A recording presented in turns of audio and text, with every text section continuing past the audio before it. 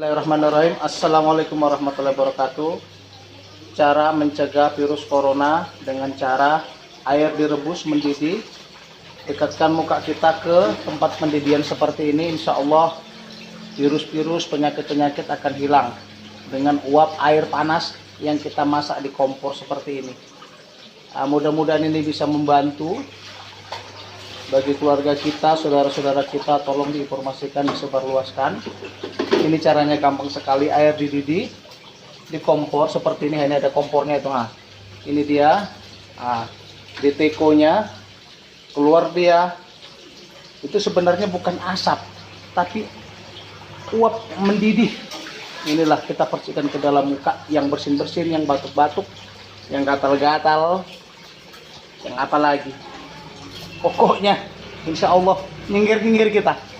Oke, terima kasih, ini informasinya, semoga bermanfaat. Assalamualaikum warahmatullahi wabarakatuh.